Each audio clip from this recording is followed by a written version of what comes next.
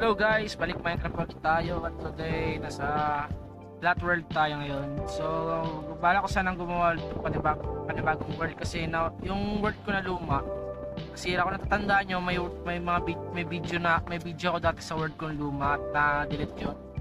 At ngayon kung napapansin nyo ngayon, ginagamit ko na yung boses ko kasi syempre para din tatamad na mag-edit eh. Pangit kasi pag gumagamit ng di mo boses sa video eh. Kaya ngayon nagsisimula ulit ako mag-video kasi may time na naman ako para mag-video ngayon. So ngayon inisip ko ngayon talaga na gumawa ng bagong world. Napansin niyo na sa flat world na talaga tayo. So ayusin ko lang yung camera. Wait lang kayo guys.